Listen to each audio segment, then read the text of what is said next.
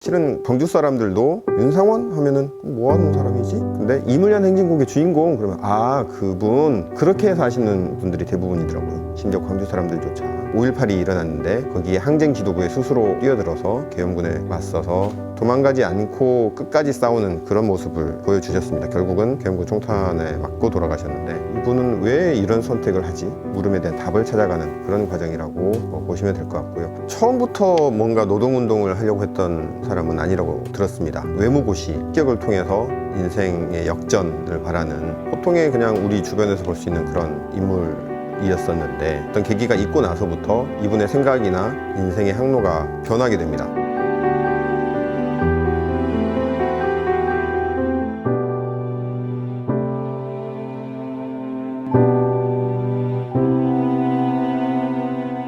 약 6개월 동안 잘 나가는 은행원 신분, 서울주택은행 본사에 합격해서 서울 봉천동 지점에 발령을 받아가지고 근무를 하는데 그때 당시에 워낙 일자리가 없다 보니까 들어가기가 힘든 일자리였다고 합니다. 스스로 사직서를 내고 고향인 광주로 내려와서 공장에 위장 취업을 합니다. 난생 처음으로 공장 노동을 시작해보는 날이었다. 도시락을 자전거 뒤에 꽁꽁 매달고 늦을새라 페달을 밟아 회사에 도착해보니 7시 50분. 공장장 인도를 받아 절단부로 배치되었다.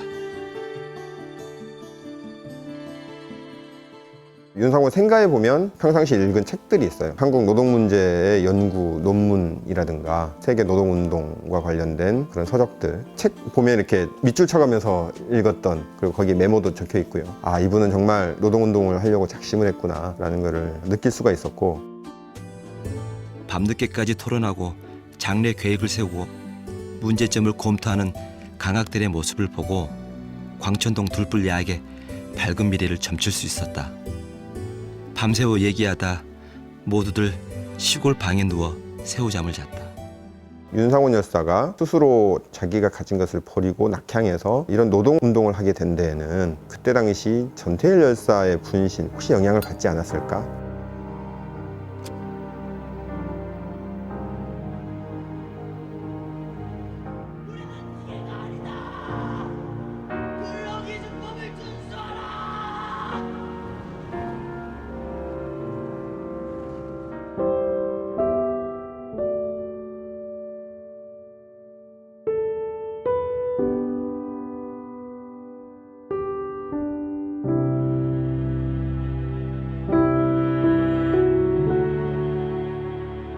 그게 이제 자신의 이 노동 쪽으로 돌아와서 해야 되겠다라는 생각을 갖게 해준 결정적 계기다. 그렇게.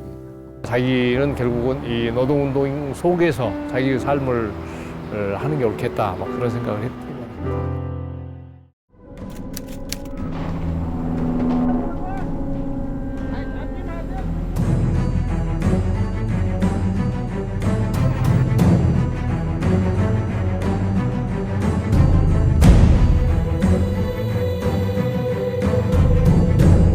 윤상원 선생님은 그 조직에 들어가서 저는 다른 역할 말고 기자들 앞에서 브리핑하고 사실을 전파하는 그런 역할을 하겠다고 스스로 자임을 했다고 해요. 이분이 했던 여러 가지 활동 중에 하나가 투서회고라고 일종의 전단지를 제작합니다. 그때 당시 신문이나 방송이 제대로 기능을 못하였기 때문에 작은 신문의 역할을 하게 된 건데 스피커를 차량에 달아서 가두 방송을 하게 해요. 대학생들로 하여금. 그것도 윤상원의 아이디어예요. 뭔가를 알리는 언론 기능에 굉장히 주목했던 분이었던 것 같습니다. 우리의 어떤 광주 시민들이 당시에 처한 현실, 국민의 군대가 국민에게 총을 겨누는 이런 사실을 시민들에게 알리고 광주 밖의 사람들에게 알려서 이 싸움을 승리로 이끌기 위해서는 그게 가장 중요하다고 생각을 하셨던 것 같아요.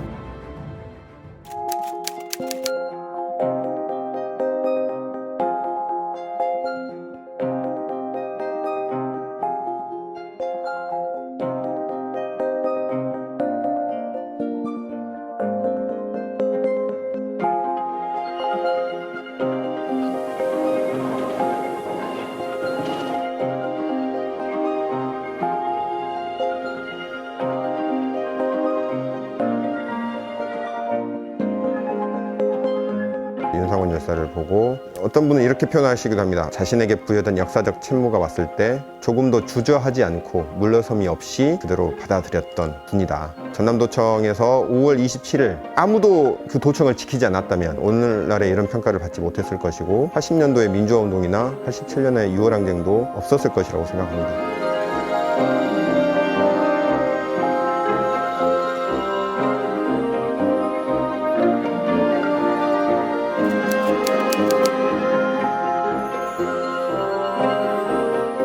작년에 굉장히 민주주의 역사에서 흔치 않은 경험을 우리가 했잖아요. 1,700만 명의 시민들이 거리로 나와서 평화적인 방법으로 정권교체를 이뤄내고 새로운 민주주의의 경험을 하게 됐는데 단순히 촛불항쟁이 이제 대통령 한 명만을 교체한 것은 아니라고 생각합니다. 부녀 대통령이잖아요. 박근혜 부녀 대통령으로 대변되는 우리나라 57년의 박정희 체제가 작년에 촛불항쟁으로 해체가 됐다라고 생각이 되는데 그 박정희 체제를 해체하는 데 최초로 균열을 낸 사람이 전태일 열사고 그때 냈던 조그만 구멍이 한국 사회에 영향을 미쳐서 10년이 지난 1980년도에 광주항쟁으로 그게 또 6월항쟁이 좀 더 균열이 커졌고 그런 균열들이 계속 커져서 결국은 작년에 그 박정희 체제가 깨진 게 아닌가.